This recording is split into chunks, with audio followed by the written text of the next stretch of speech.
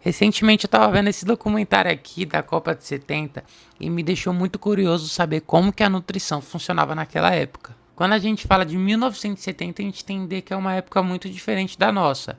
Então é uma época que não tinha toda essa equipe médica que tem, não tinha os nutricionistas que tem hoje, não tinha a tecnologia que tem hoje. Então, como que eles conseguiam se alimentar e como eles conseguiam desempenhar tão bem?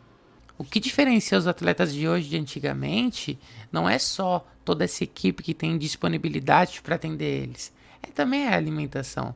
Hoje os atletas eles têm muitos benefícios quando a gente fala de suplementos, de vitaminas, de entender o que eles têm que consumir para desempenhar o que eles querem. Na época os jogadores priorizavam os alimentos naturais. Então a base da alimentação deles era arroz, feijão, verduras, carnes. Isso era algo muito bom na época, que eles não fugiam muito do padrão que deveriam seguir.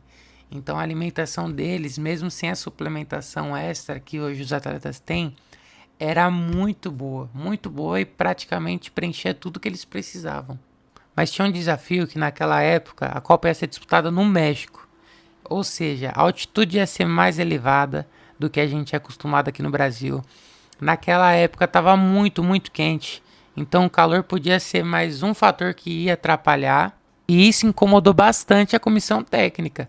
Pensar como eles iam conseguir se preocupar com os adversários, mas também com as condições do ambiente. Uma das coisas mais interessantes que eu percebi nesse documentário foi o quanto o Zagallo levava a sério o ritmo de jogo e a preparação física. Naquela Copa, uma coisa que me surpreendeu bastante foi um dos treinamentos do Brasil, que era sair correndo na rua em meio à Copa, em meio a toda a mídia que a seleção brasileira tinha, o que o Pelé tinha, mas mesmo assim o Zagallo exigia esse treinamento de sair na rua, correndo. Uma das coisas que fica na cabeça é o que aconteceria se aqueles jogadores tão falados, tão renomados, jogassem hoje com toda a tecnologia que a gente tem.